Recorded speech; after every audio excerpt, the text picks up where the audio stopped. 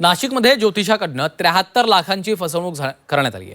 भविष्य सांगण्याच्या बहाण्यानं शेअर मार्केटिंगमध्ये जादा परताव्याचा आमिष दाखवत एका ज्योतिषानं 48 वर्षीय किराणा दुकानदाराची फसवणूक केली आहे। या दुकानदारानं शेअर मार्केटमधील गुंतवणुकीसाठी मोठी रक्कम ज्योतिषाच्या सांगण्यावरून विविध खात्यांमध्ये जमा केली होती। एप्रिल 2025 ते फेब्रुवारी 2026 या कालावधीत ही रक्कम वेगवेगळ्या टप्प्यांमध्ये जमा करण्यात आली। मात्र अपेक्षित परतावा न मिळाल्यामुळे संशय बळावला। त्यानंतर पीडितानं सायबर पोलिसांकडे तक्रार केली। आतापर्यंत 20 जणांनी तक्रार दाखल केली आहे। त्यांची फसवणूक झाल्याचं समोर आलेलं आहे। पोलिसांच्या प्राथमिक तपासात संशयित आरोपी सचिन देशमुखचा यात सहभाग असल्याचं समोर येत आहे। पोलीस आरोपी ज्योतिष सचिन देशमुखचा शोध घेत आहेत। आतापर्यंत 15 ते 20 गुंतवणूकदार आलेले आहेत।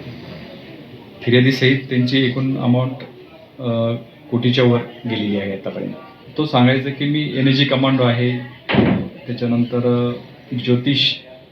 लोकांना ज्योतिष बाबत मार्गदर्शन करायचा आणि शेअर ट्रेडिंगचे जे अकाउंट्स आहेत ते अकाउंट्स तो लोकांना दाखवायचं की ते मला एवढा प्रॉफिट झालेला आहे, ते तुम्हालाही मी चांगला प्रॉफिट कमवून देऊ शकतो, असा लोकांना आमिष दाखवून त्यांनी खूप लोकांकडून गुंतवणूक गोळा केलेली आहे।